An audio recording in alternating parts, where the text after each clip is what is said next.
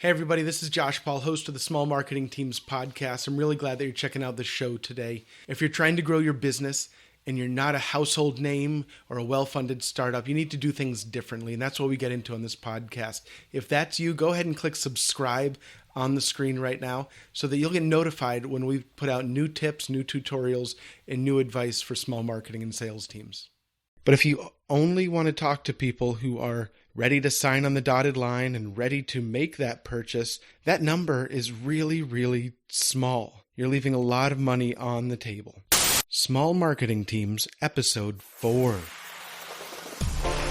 You're listening to the Small Marketing Team Show with Josh Paul, the podcast where you'll learn how to achieve big growth without a big budget.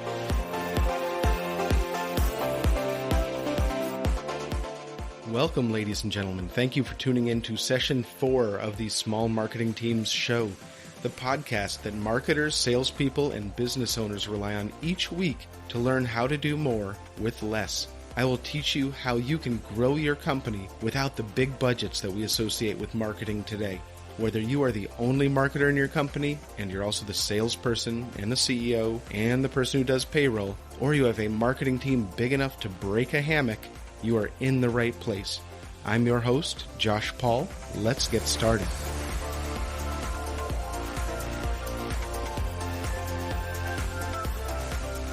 Now, ladies and gentlemen, I've got to tell you that I'm a little frustrated today. We're in the middle of the process of hiring a marketing intern at my small software company. And over the past few years, we developed a pretty successful internship program of people who wanted to learn cutting-edge marketing and wanted to be able to come out on the other side of the internship knowing exactly the systems and the processes and the tools that would grow a company. I love having interns around, and we've had some really great people come through the internship program. But I've got to tell you that I am astounded about how little these candidates, and it doesn't just apply to interns, it also applies to recent graduates, how little they know about marketing. They're marketing majors, they're taking marketing classes, they're seniors in college, they're about to get jobs, and I'm astounded, I'm amazed, I'm baffled by how little they know about marketing and sales and growing a company. So there's a test that I do every time I have a phone interview. It's a small test to see how sophisticated their understanding of marketing is, just to see what is being taught in the textbooks, which seems to be coming out of the 80s and 90s, or to find out if they have an interest or a passion to look beyond that and truly understand what modern marketing looks like. So I asked them about their classes and about the internships that they've taken already, about the marketing program at their college or university, and I listened to their answers, and then I asked, how do they talk about content marketing in your classes? How do your professors talk about content marketing or inbound marketing? Is that a thing, or is that just something that's not covered? So I try not to lead the question too much. So I just say, how is that approached? Is that something that you've heard of? And the answers I get are astonishing. They range from, I've heard of that, but I don't really know what it is. It's not really talked about, ranging all the way to, what do you mean by content marketing? What do you mean, what is content marketing? That is so frustrating. This instantly tells me that there are 3 or 4 or 2 years of marketing classes and exposure to seasoned professors and lectures and guest lectures. They haven't been exposed to the way that businesses actually market in this modern era. This is 2016 when this is being recorded. So I want to make it clear that I don't hold this against any of these job candidates at all. They're still in college. They're seeking an internship to learn and get exposure to marketing in the wild, in the real world. My astonishment is that they are not being taught and exposed to modern marketing practices. It doesn't count against them in the selection process for hiring or for our internship program, but it does bother me, and I place full blame on their schools, whether it's Arizona State University, one of the biggest schools in the country right down the street, or any other college in this country, in the United States, or around the world. We live and breathe this way of growing businesses. And to us, it's the only way to grow a company. And they're spending their time learning about how big companies do it and taking multiple classes a semester on advertising and building big brands, which is important, but it is not the center of marketing these days. The brand building examples that they're using are from companies like Comcast and Samsung and AT&T. And that doesn't apply to a large majority of the companies that they will be applying to and potentially working for. And so bringing those principles in leaves them grossly unprepared. So So here's what I'm going to do. I'm going to give you 3 things that you need to come out of college or go into a job interview understanding. It doesn't matter if you don't know how to do these, but it's important that you be able to speak to these. So read some articles, go to the library, get a few books beforehand, watch or listen to a webinar. There's so much information out there. Dig back through the archives of the blog posts and webinars and podcast episodes on smallmarketingteams.com. The first thing you need to understand is the role of content in marketing. One of the questions that I use to weed people out is, what is the role of content in a modern marketing strategy? There's a variety of ways to answer that question and a ton of directions you could go, but you need to be able to have some understanding so you don't say, well, what do you mean by content? I don't understand content marketing. Do you mean like producing content? That's what I got the other day. What do you mean by content marketing? I get it what you're saying, this candidate said. They said, so you're talking about creating content.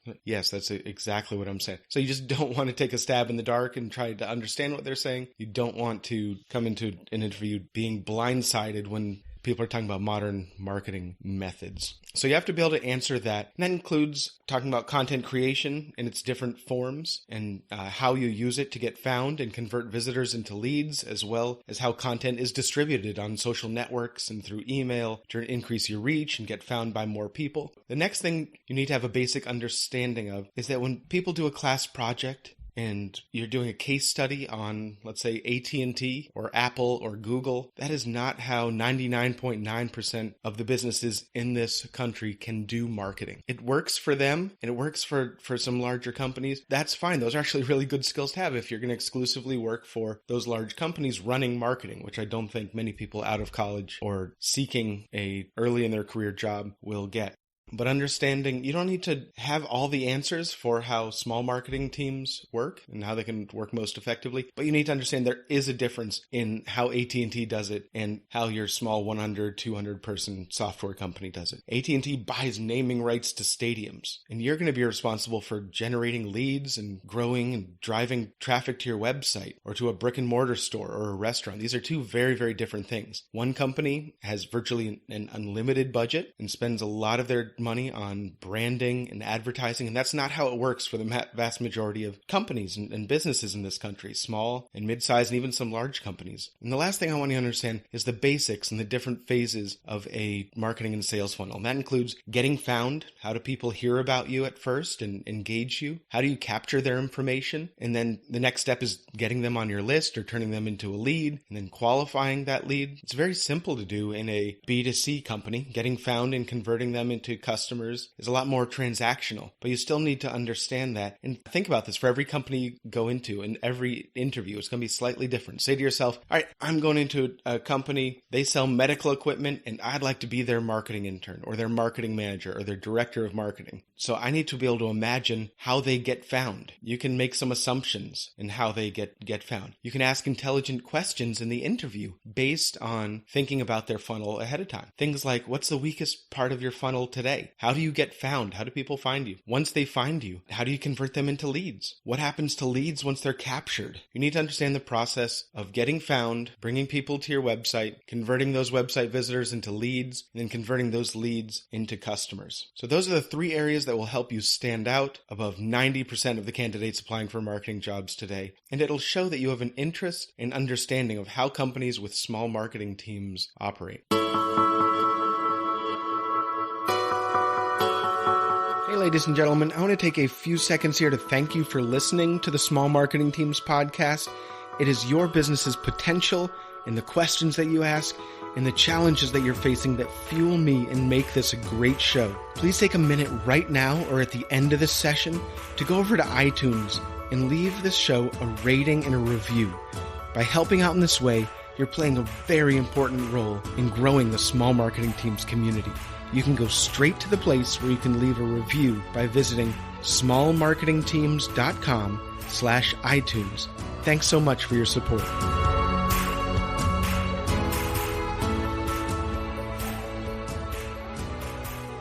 Okay, so today's question is from a listener by the name of Janet in Encinitas, California. And she was just hired as the director of marketing at a company that sells specialized point of sale systems. And so she starts her job in 1 week. She says, all right, how do I get off on the right foot? So I'm going to tell you, Janet, job number one, when anybody who's starting a new marketing job at an executive level or leading the company, whatever it's called, CMO, VP, director of marketing, senior director of marketing, the number one thing, day one, all right, go meet everybody, go get acclimated a little bit. Where you need to be proactive and where you need to spend your time is understanding their current marketing funnel. So you're walking in and you're saying, okay, how many people do you have on your list? How many of them are subscribers? How many of them are leads? How many of them are marketing qualified leads? How many are sales qualified leads? How many are opportunities? And looking at the ratios between each, month over month, quarter over quarter, year over year, so that by the end of day one, you know exactly where they stand, exactly where their strengths are, exactly where their weaknesses are. You could spend that time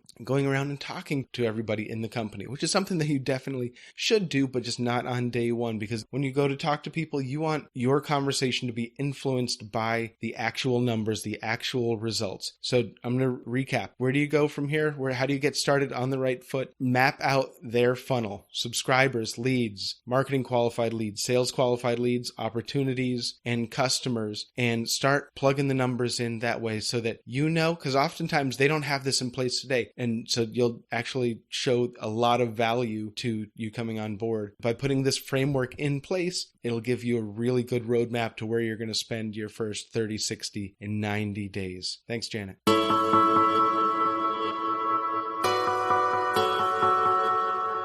Okay, in the last episode, we talked about getting found by prospective buyers. Driving people to your website, getting your website found was the primary channel that we talked about, but attracting buyers, getting found. Nothing else happens. No sales close, no leads are generated if you are not first found by prospective buyers. So here's the situation. You have all types of people coming to your website. New people are finding you. You're building an existing visitor base or reader base because you're publishing such great material, and the value that you're pumping out on your website is so high that people are coming back to your website repeatedly. Now that alone, having traffic to your website and getting found and people visiting your website, if you stop right there, if you say, all right, I'm now business blogging, and you'll see this a lot in studies and blog posts that you need to be blogging, and people kind of roll their eyes at that these days because blogging alone and getting people to your website alone is not going to grow your business. That will not bring you leads and customers. Sure, some of the people who find your website or visit your website will be ready to make a purchase, but if you only want to talk to people who are ready to sign on the dotted line and ready to make that purchase, that number is really, really small. You're leaving a lot of money on the table. As I've mentioned before,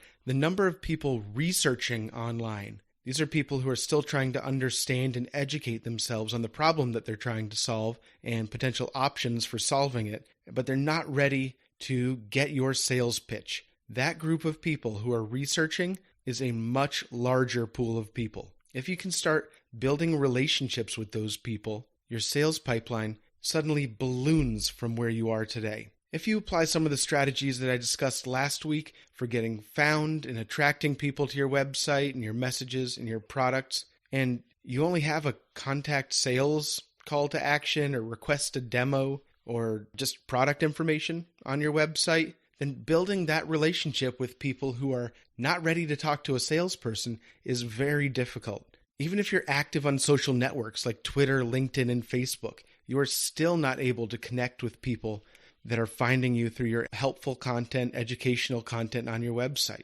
Because once they get to your website, they may not be ready for your pitch. They may not be ready for a demo. So the place where you want to start here is getting permission to contact the people visiting your website. And the most effective way to build relationships with people at scale is through email. So let's talk about those two things separately. How do you get people's email addresses? If working through email and delivering value and building relationships and showing them that you're human is how you build relationships at scale. And we're talking about at scale because once you have dozens of leads coming in each day, it's not one-on-one relationships that you're building. You need to systematize this as you do with most things when you're a small marketing team. But if email is the most effective way to do this, how do you get their email address? Well, you create what are known as marketing offers or premium content or lead magnets or bait. Different circles of the internet marketing world call it different things.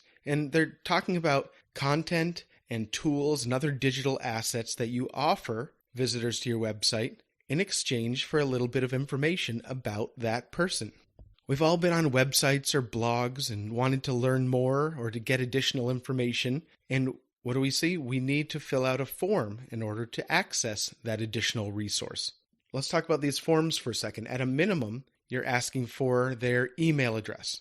Once you've built some trust and authority with your audience, or your content offering is perceived as really valuable, you can ask for more information, like company name, phone number. We even ask organization type because we serve different markets and we need to know if they're a fit for us based on organization type. And we couple that with a field for number of employees because that's one of the qualification criteria. That's how we judge the size of your organization is a number of employees field.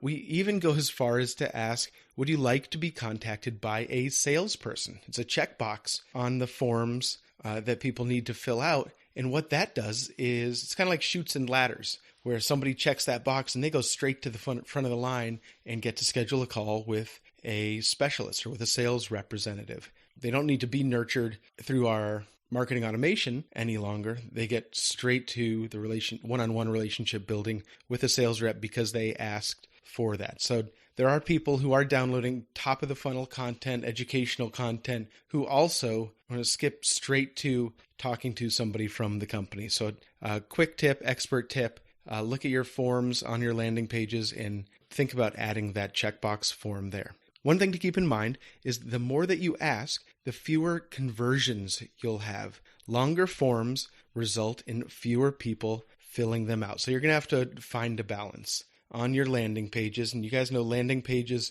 are the pages that forms sit on. Landing pages are an offer page that talks about why they should download this offer, what are the benefits, what are they going to get, what can they expect, what's the value to them. And then on that page is a form, and it's everything from just an email address to 10 or 12 fields. There's also something in your marketing automation software called progressive profiling that we can talk about in detail in another episode. But what that does when you turn that on is once information is known on a form, that field disappears, and so the form becomes shorter. It can also be replaced with a queue of other fields, so you can build a more in-depth profile of leads without the form being very, very long. For instance, if we already know the organization type, I can ask them a question about what country they're in. And that's not a field that I would have on the original form, but it adds value to what I want to know about my leads. And it only shows up once information is filled out in some of the other original fields. All right, so let's get back to talking about marketing offers or lead magnets or this bait that you're going to put out there for people to find and be driven towards once they land on your website. And then when they want to learn more, this is what's going to capture the lead. So the offers that you're going to hide behind these forms, behind these landing pages, we're talking about checklists and cheat sheets and ebooks and guides and reports, executive summaries. Now, these things are actually quite similar when you talk about ebooks, guides, reports, and executive summaries. A lot of times it's the same format. You're just calling it something different. Ebooks have become somewhat commonplace, and so they don't have as much weight to them. They're not seen as valuable in most markets because everybody has an ebook. Everybody's put out an ebook. They're very easy to produce. So think about calling your ebook a report or an executive summary because that still has some traction, has some allure to it. Moving on, your offer could be a webinar, either a live webinar or a recorded webinar. It could be a video series that you've produced. We recently produced a 3 video series. It was essentially 3 separate blog posts that we just recorded and put slides to. And there's our video series. That was a top of the funnel offer, and it's doing very, very well. Online classes, a resource guide, a one-page resource guide, very easy to produce, a buyer's guide, and templates and tools. These are all things that people want access to. Once they find you, once they learn a little bit about what is possible, you don't want to give away the farm without putting it behind a landing page.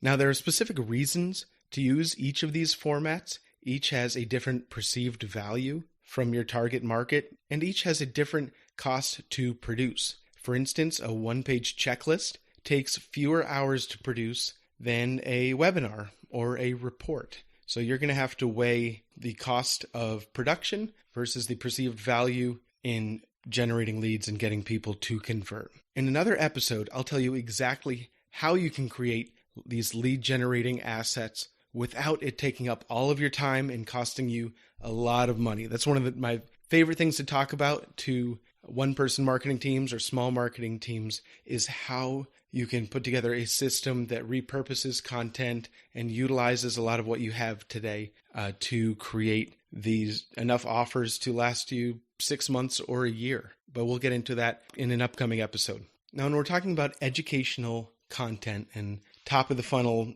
content, this isn't request a demo, talk to a salesperson. This isn't take a product tour or get pricing. Top of the funnel is educating people on a better way to do things, or educating people on trends in their industry. It could be very, very high level and unrelated directly to your product. So we employ two strategies. The first is list building, and the second one is lead generation. The distinction between the two is the offer itself, the resource, what it takes to get that offer or that bait, and how the lead is treated after they convert. If you have a sales team or if they're pushed directly to an online purchase process. For list building offers, typically these are not related at all. It may be industry trends. It may be 7 habits of highly successful people in your industry, something that doesn't drive them to think about your product at all, but it's something of high interest.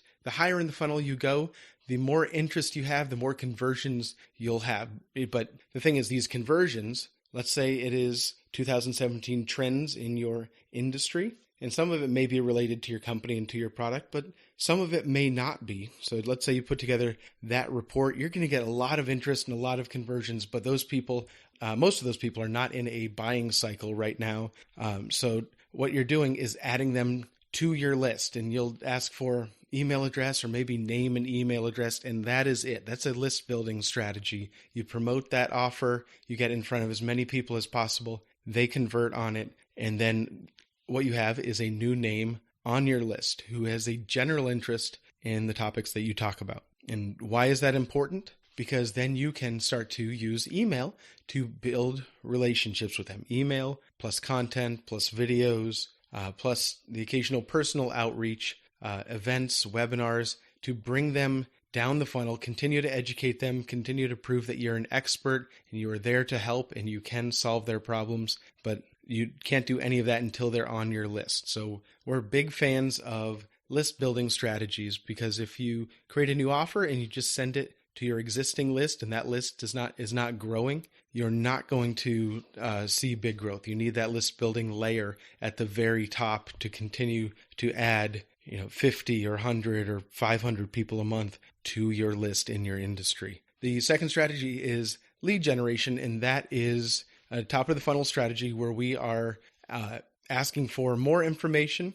Oftentimes the offers, the ebooks, the guides, the webinars are a little bit more directly related. They're still educational, but they're more directly related to the industry or the solution that you're providing. An example of that is if you're selling financial services to consumers, it could be your offer could be how to create a bulletproof retirement plan during uncertain times. So somewhat related, but not directly discussing your specific offering. And with lead generation offers, we are asking for more information. It's not just name and email address. A lot of times, or once they convert on list building offer, the emails will drive people towards a top of the funnel lead generation offer where they have to give you a little bit more information about them to get a more pointed educational piece of content. Now, let's talk about getting those website visitors to the landing pages where they can convert on your list building and top of the funnel offers. Let's talk about placement of calls to action. Now, what you know about your website, it's very, very rare that your home page is not the most trafficked page on your website. So it's very tempting to just load it up with calls to action. And so I don't think it's a really good idea to do that. And I avoid doing that. I also avoid putting top of the funnel calls to action on your product pages. And here is the reason why. When people have found your homepage and they're reading your product information and learning about your company, or if they're on your product pages and they're learning about your product offering and your services and your specs and how you do business, they are past the top of the funnel research phase. If they're already interested in your product, you don't need to distract them with a checklist for how to rock 2017. You want to offer them middle of the funnel and bottom of the funnel offers like pricing or a tour or a consultation or a demo, because that is the logical next step if they're learning about your product or service already. So your homepage and your product pages, don't clutter them up with your new ebook or your new webinar because you're excited about it. You want to save those for as the next step in educational content that is outside of a landing page today. For instance, your blog. Every blog post should have 1, 2, 3, 4 calls to action in it. We always put a call to action at the bottom of the website. Calls to action are graphical cues. A lot of times they're buttons or they look like ads, but they're very simple, very high contrast. They stand out on a white page. They get people's attention and say, hey, let's take this to the next level. If you want to learn more, download the full ebook. If you want to learn more, download our executive report. And so we'll do a text-based call to action in the middle of a post. We'll do a graphical call to action at the bottom of the post. Your blog sidebar should have a call to action in it. And I also believe in putting a call to action in the blog header. So you have at least 4 on every page. In videos, when someone gets to the end of a video, you should have a bumper on the end that drives them to a call to action, or a lot of video hosting platforms have lead generation forms built into them where people can get content offers once they watch your short 1-minute video, your quick tips, or your FAQ video. Emails are a great place to place calls to action to offers. If you have a blog notification email that goes out every time a new blog post is published, that's an excellent place to include that new report that you produced. Include a graphical call to action to that report so that everybody who gets that email, you'll get a percentage of them that convert on that offer. It's a great way to turn subscribers or people who are just converted on a list building offer into actual qualified leads. And lastly, I want to talk about offers within an offer. And what that means is if you have a PDF, if you have a report or an ebook that you put together, make page 2 or 3 of that ebook an advertisement for your company with a call to action to a offer down the funnel. For instance, on most of our ebooks, we have the cover page, then we have the table of contents, and the third page is usually, hey, here's what our software platform does, and here's a button that will take you to the tour. Take a tour now. And so as people are converting on that report or that ebook or that guide or that checklist, they are already interested. They've already demonstrated that they're interested. And if they find value in what you're looking at, we'll put an advertising page like that, a call to action page,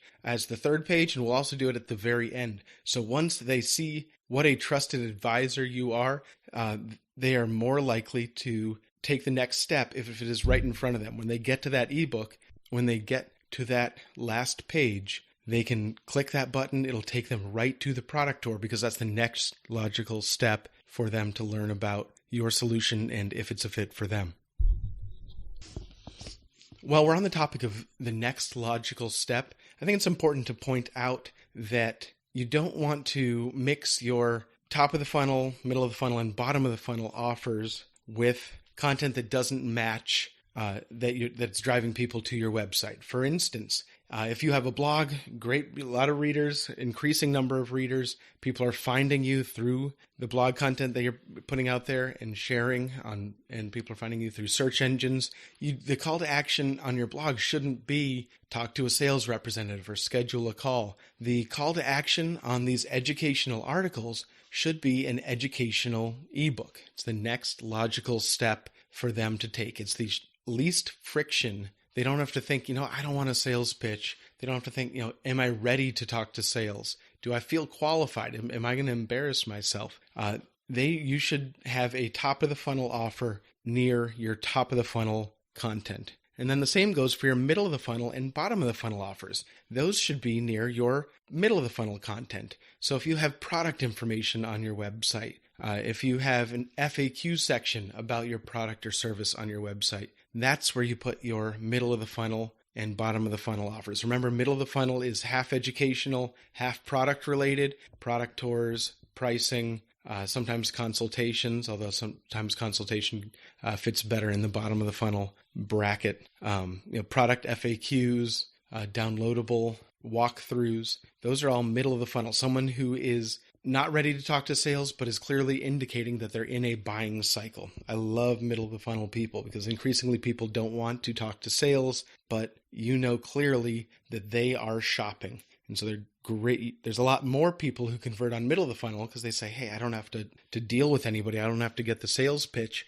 So a lot more people convert on our product tour than convert on request a demo. Because request a demo is just, or have sales call me, something bottom of the funnel. A lot fewer people want that sales pitch, but in both scenarios, that they're shopping. So the middle of the funnel people are great to follow up with. But getting back to the point, middle of the funnel and bottom of the funnel offers should be placed near middle of the funnel, product-oriented, service-oriented, company-oriented content. So the last thing I want to cover today are the basic components to getting started, the basic components of turning website visitors into leads. And we covered a lot of this today, but I want to wrap it all up for you before we sign off. So the first thing you need is your offer. And this could be your top of the funnel offer, your educational report, or your cheat sheet, or your checklist, or it could be a middle of the funnel offer, or it could be a bottom of the funnel offer. But all of those have different roles, and we'll get into, but you need to start with your offer. The second thing that you need is your call to action. How are you going to notify people that you have an offer? How are you going to notify website visitors and let them know and get their attention that you have this extended content, this additional resource that you've designed just for them, and you're going to give it to them for free? So moving along logically here, so we have the offer, the call to action. The third thing you need is a landing page. Once they click on that call to action, it'll take them to the landing page. So you need a way to build a landing page. Most content management systems and marketing platforms have landing page software built in. Remember that landing page has the form embedded on it that they will fill out. So as you're building the landing page, you need to select which form they're going to fill out and which fields are included in that form. The fourth thing, so you have the offer, the call to action, the landing page and form. The fourth component that you need is a CRM system or marketing platform, some way to track the leads that are coming in, track what you know about them, segment those leads so you can nurture them appropriately and follow up with them appropriately, because you don't want to necessarily send a salesperson after a top of the funnel lead who is not ready to talk to sales yet, but you do want a salesperson to follow up with someone who says, yes, I'd like a demo of your product or service. So once you get 1 dozen, 2 dozen leads coming in a day, you need this software, you need some sort of back-end tracking system to identify, to keep track of your leads. Who have you already followed up with? Who do you need to follow up with today? And all of that is very, very easy to set up. All right, so the fifth thing is email marketing software.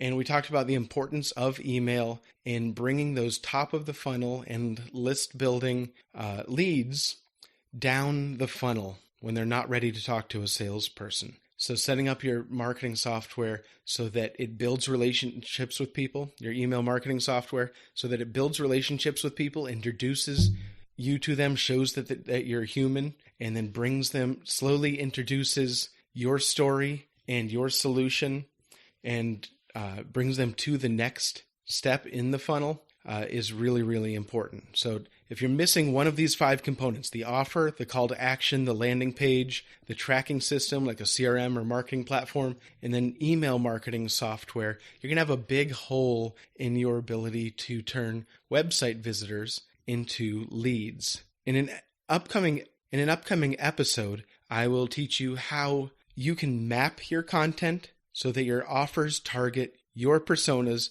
at different stages of their buying process to pull people through the funnel towards a purchase. And I'll walk you through exactly how I learned the hard way that you need to map your content this way. I almost lost my job several years ago because I missed this step. So I'll walk you through exactly what you need to do, what I learned. I'm going to save you some heartache there. And I'll show you how you can accelerate list building and lead generation strategies by distributing your content more effectively. Essentially, you'll drop your bait where your target customers are. And so I'll show you the exact system I use to do that. So the takeaway today, your homework, if you choose to accept it, is to inventory your content offers today. Some of it may be behind a login, some of it or behind a landing page, some of it may not be. When I first joined my software company, I was fortunate. They had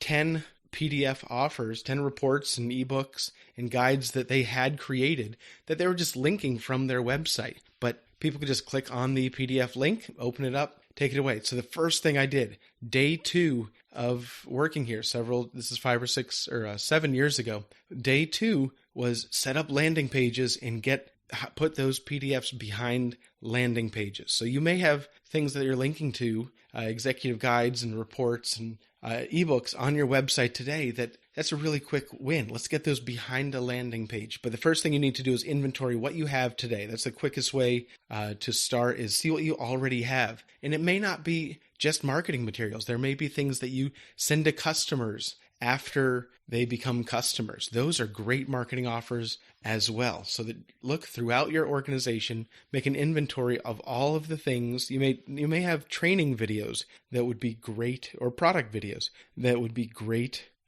offers if you put them behind a landing page. But step 1, we'll get to those other parts later and how exactly to do that and do that right. But step 1 is to inventory what you have today. Now that we've covered how to get found and how to turn website visitors into leads, next I'll walk you through exactly the process I use to turn those subscribers and leads into paying customers. This is one of the most popular topics that I speak on at marketing events. What do you do with a lead once you capture that lead? So we've talked about getting found. Today we talked about turning those people who find you, converting website visitors into leads. And today we're going to talk about, once you have a lead, how do you turn them into a paying customer? What is that process? Because if you stop after collecting the lead and you don't, as a small marketing team, help your company turn those leads, especially inbound leads, because inbound leads are often a new process for sales teams. But if you don't know how to turn those leads into customers, then all eyes are going to look back at marketing and say, you're not doing your job. And I learned that the hard way too. So we talked about turning website visitors into leads. Next time we're going to talk about turning leads into customers. Well, ladies and gentlemen, this has been a lot of fun talking about how to turn your website visitors into qualified leads. But there's so much more that I want to share with you about today's topic. And I will, as this podcast continues, stick with me. But to help you put this advice into action, I have a gift for you. On the show notes page for today's episode, you can get a free 5-step checklist of the 5 components you need, the basic components. There's a lot more that you could put in place, but these are the 5 essentials you need to turn website visitors into leads. You can get this free gift at smallmarketingteams.com/4. That's smallmarketingteams.com/4 for episode 4. You can also just visit smallmarketingteams.com/podcast. So be sure to leave a rating and review in iTunes and then subscribe to the Small Marketing Teams show so that you do not miss next week's session. I'll share with you how to take those leads that you've collected on your website and turn them into paying customers. It's one of the biggest issues that organizations have that are generating leads. What do I do with all these leads? How do I turn them into customers? It's something that marketing teams, especially small marketing teams, struggle with in a very big way. In the meantime, visit smallmarketingteams.com to sign up to get notified when a new podcast episode is released, along with free bonus tips for small marketing teams. Thanks for listening.